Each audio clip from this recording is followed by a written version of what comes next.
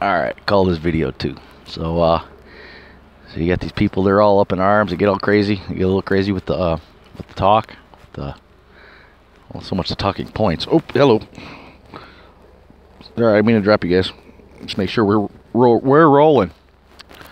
And so I like right to be right. This is my right hand. I like right to be right and left to be left. I don't like flipping it around and getting things backwards, man. Just people don't know which hand is which. Everything's backwards. It confuses me. I see people driving on the wrong side of the car, man. Unless you're in England, Sam. Unless you're in England or Europe, man. It just looks funny when you're driving on the wrong side of the car. And thank you for the guys that use the GoPro and do it right. But yeah, I'm not that fortunate yet. Maybe I get one of those when the megabytes go up, or megapixels, megabytes. Well, yeah, those too, megapixels when they go up. And that's a good cup of coffee. Everybody should have some. Now they got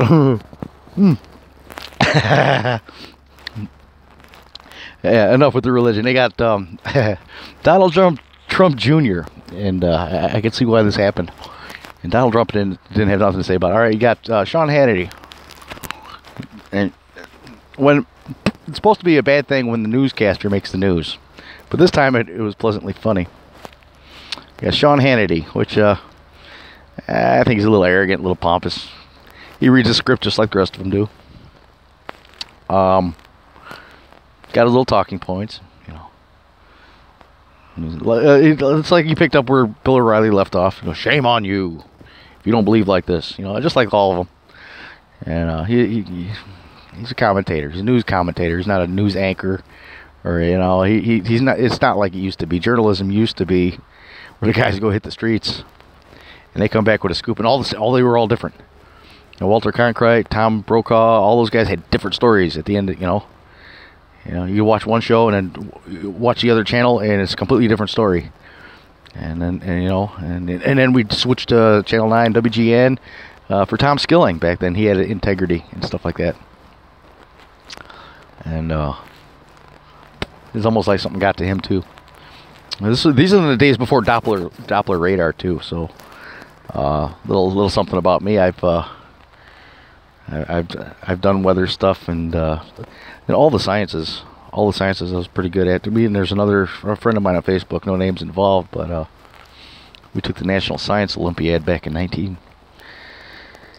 had to be 88 or 89. It was yeah, it couldn't have been freshman year, but we took the National Science Olympiad. There's no way we just didn't have the experience in freshman year or sophomore year to even come close. There's no way we could have learned enough. It was a pretty big competition, and there was 200 questions, and we both missed the same question. It was kind of a funny story. Both missed the same, and it was a trick question, so it was probably going to happen. I had a teacher, he just passed earlier this year, actually. And Mr. Schaefer, he was we were in his class together at different hours. And what they did, they thought, cause since we missed the same question, they thought she took the test and then gave me the answers, you know. And this is a person I hardly talked to, you know, and maybe because I was a little shy or whatever. She's a cutie. I say she was a cutie. And if she watches, she remembers. We had to sit back to back with all 4 science teachers and take the same test again. Except this time they gave us the answer. It was Mr. Schaefer. He told everybody in the school missed the same question. You know, it was question like 184 out of 200, right all the way at the end of the test. The question was, are gases and liquids, or are gases and solids attracted to each other? And give an example. Everybody missed it. Of course not. You know, of course they're not attracted. How could they be attracted? A gas and how could they be attracted to each other? It's a gas. I know. What we fail to realize is if we're breathing the gas that's stuck to a solid, you know, we're on planet Earth. It was a trick question. They got it. They nailed us with that one. Yeah, everybody got the question wrong. And yeah, well, what the hell? We were in high school. What are you gonna do? But it was the only question. Both of us got it wrong. It was the only question we missed. 200 questions: chemistry, earth science, biology, geology, and yeah. So we, but other than that, we aced the test. So they made us take the test back to back, and it was me and this other girl. And incidentally, we had the same bowling score. We took high score in bowling. Same girl, same teacher, Mr. Schaefer. He was our bowling teacher. And he was like, what's going on with you two? We were like twinsies, because she was a brunette, and I was a short stoner. And stoner that was good in science, man. Go figure. So, those days are gone. So now I do videos. Spend my money on. Hey, what's this? Seem to be missing in here, but it don't matter anyways. I can't hear out of that ear. So yeah, so we had to take the test. We had our backs to each other, and they made us. And then that question came around, and they were the same questions in a different order. They, back in the day, they had these. They didn't have Xerox machines, or you had to crank these suckers. Oh, I forgot what they called those stupid machines. Ditto machines? Are they dittos? They basically, you put ink in it, and you had a template, regular test, and you cranked them. They spit out, and they smelled nice. You smell the paper. The test smelled nice with wet ink, and they had to do it like that because of cheating. They had to spit out a fresh test. If you got your test, it was still almost wet from the ink, because they didn't want nobody cheating. So they'd mix the questions up. So it was A, B, C, D, or whatever, multiple choice. They jumble the questions up a little bit, give you the same test, make sure, it was just how they kept us, kept honest people honest, So, anyways, we took this test. It was 200. This was a pre-prepared test, and the state sent it. It was a science Olympiad. So we ended up both with, I let her have hers first, ladies first, that kind of thing. There was a medal that came to the school. So whoever got the highest score, but it was contested because we both got the same score, a boy and a girl. And there was only one medal.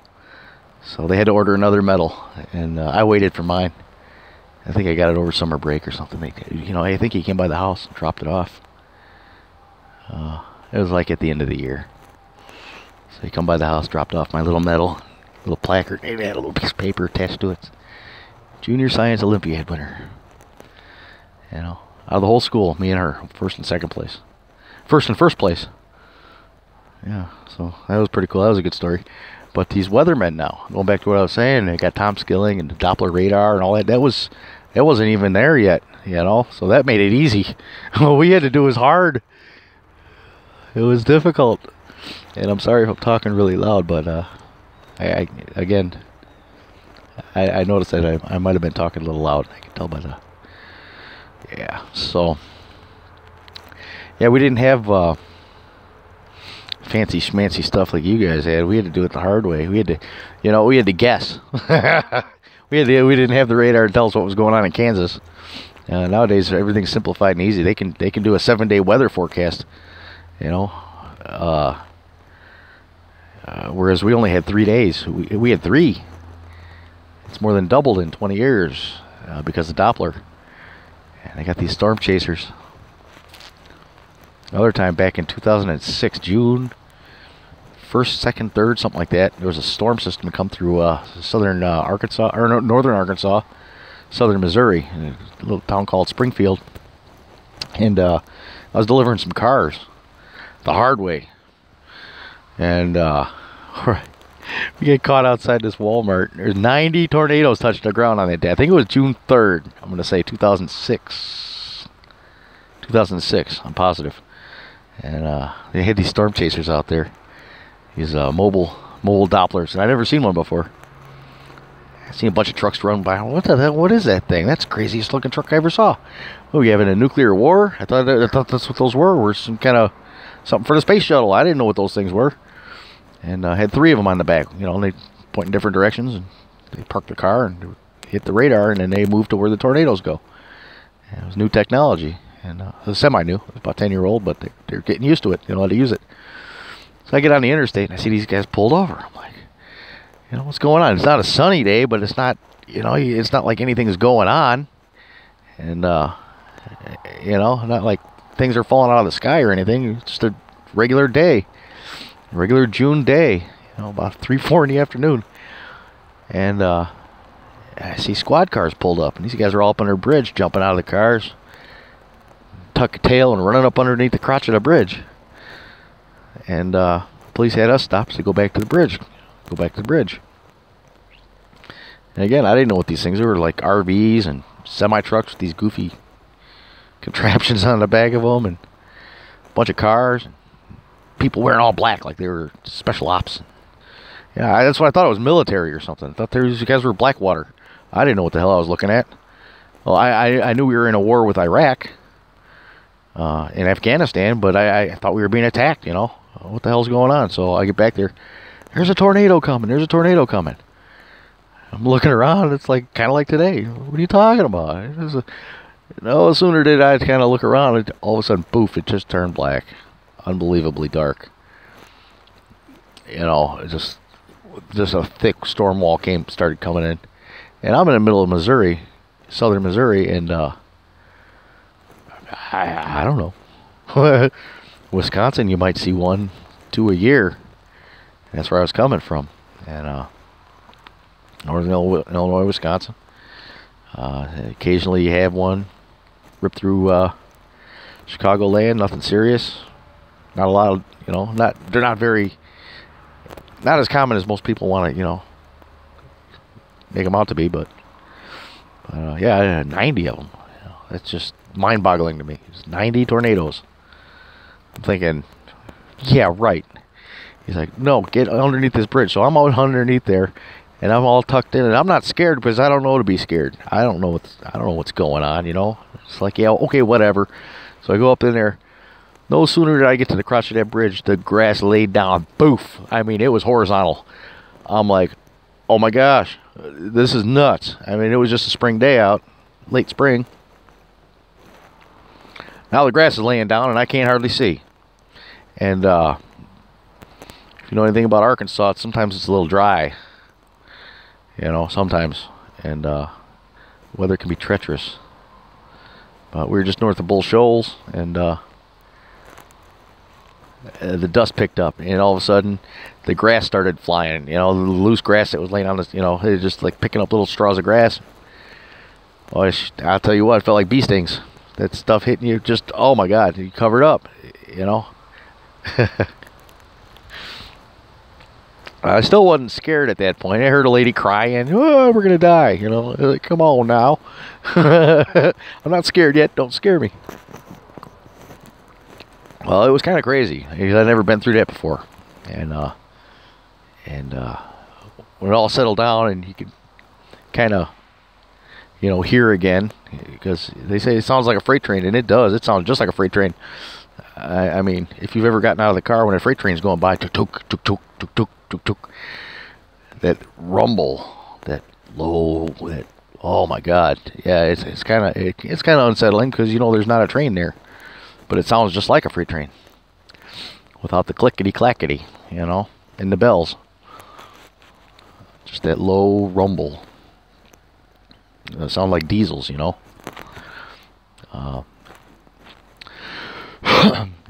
So excuse me. Yeah, so there's that. You know, yeah, the newsmen used to have integrity. They used to, and now they're just like, okay, going back to the coffee thing. You got Sean Hannity, right? He's in there minding his own business. Blah blah blah blah. Trump's the best. Trump's awesome. You know, Trump. Yay, Trump. Got his little flag out. He's waving it. All good. Well, Keurig, which is did a little research. They're out of Canada. I said they're gonna pull their commercial ads. Really? Keurig, huh? This is how you're gonna do it, huh? This is how you're gonna do it, huh? Canada's gonna pull their commercial ads. I wonder who told them to do that. You know, could it be Satan? I don't know. So you got Keurig. They're gonna pull their ads or suspend them, whatever. I don't know what wordage they used. There's two different ways you can go about that story. Oh no. Unbelievable. I gotta walk back to the house. Yeah, I guess I do. So, yeah, I don't know. They use the wordage, they're gonna suspend their commercial operations during Hannity's spot, which I never even noticed them anyways. Not that I watched much Hannity, you know. I can't believe I just forgot that at the house. So, yeah, not that I watched much Hannity, but, you know.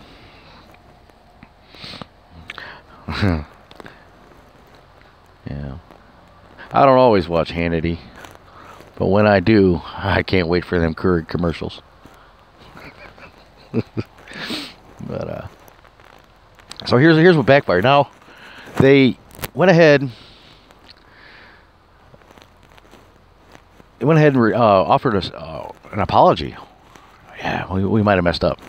People are busting up their Keurig machines. If you don't know anything about the Keurig machines, they have these little packets. Like little, they look like giant-sized creamers that you get with your coffees. You know, the half and half creamers at the gas station. And they look like those. And you put them in there, and the water gets hot and bubbles and it spits out coffee. It's not very good coffee. It's not very hot coffee. I'm a little bit old school when it comes to my coffee. I like it a certain way. I'll try different flavors, but the brewing